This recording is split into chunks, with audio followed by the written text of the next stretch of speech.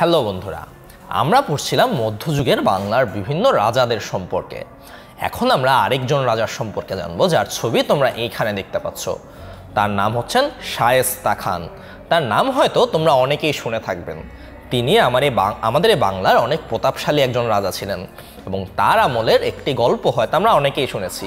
সেটি হচ্ছে তার আমলে 1 টাকায় 8 মণ চাল পাওয়া যেত এবং তিনি বাংলার অনেক ধরনের উন্নয়নের জন্য কাজ করেন।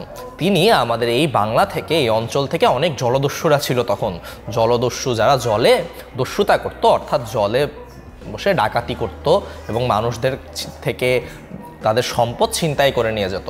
শায়েস্তা খান এই অঞ্চল থেকে এরকম জলদস্যুদেরকে বিতাড়িত করেন এবং মোগলরা, যে মোগলদের কথা আমরা জেনেছিলাম একটু আগেই ঈশা খাঁ যখন আমরা পড়ছিলাম, সেই মোগলরা ঈশা খাঁয়ের মৃত্যুর পরে যখন বাংলাকে তাদের অধীনে নিয়ে নেয়, তারা শায়েস্তা খানকে এই বাংলার সমগ্র অঞ্চলের সুবেদার নিযুক্ত করেন। সুবেদার বলতে তারা এই অঞ্চলের প্রতিনিধি হিসেবে শায়েস্তা খানকে নিযুক্ত করেন এবং বাংলা মুঘলদের অধীনে চলে যায় 1700 খ্রিস্টাব্দে।